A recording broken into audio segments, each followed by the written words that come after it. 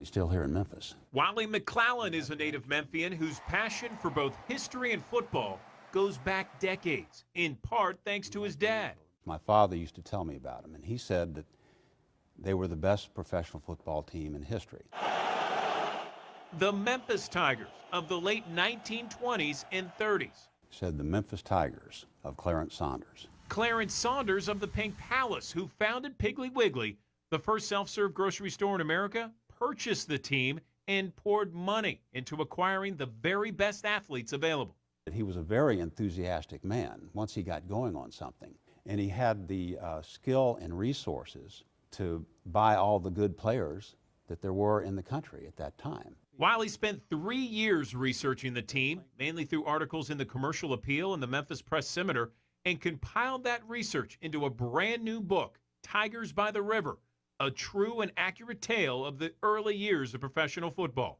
The Tigers were an independent team who played professional teams from around the country and beat the NFL's Green Bay Packers in 1929. This is the undefeated NFL champions. And the game was broadcast back to Green Bay. They beat them very badly. It was almost a rout. The book not only highlights the team and some of its Pro Football Hall of Fame players, Ken Strong, Cal Hubbard, Johnny Bloody McNally, but also digs into Memphis life outside of football during that time. A segregated city during the Great Depression with sky-high unemployment.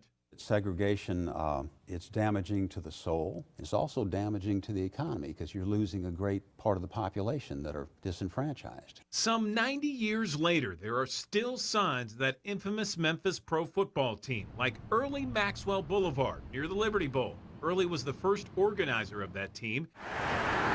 And Zach Curlin Street by the U of M. Zach was a line judge during those pro football games, and as athletic director at the University of Memphis, he gave one of the greatest compliments to that famed team. The finest legacy they have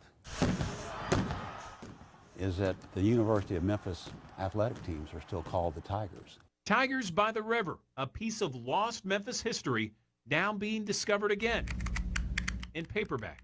Andrew Douglas, WMC Action News 5.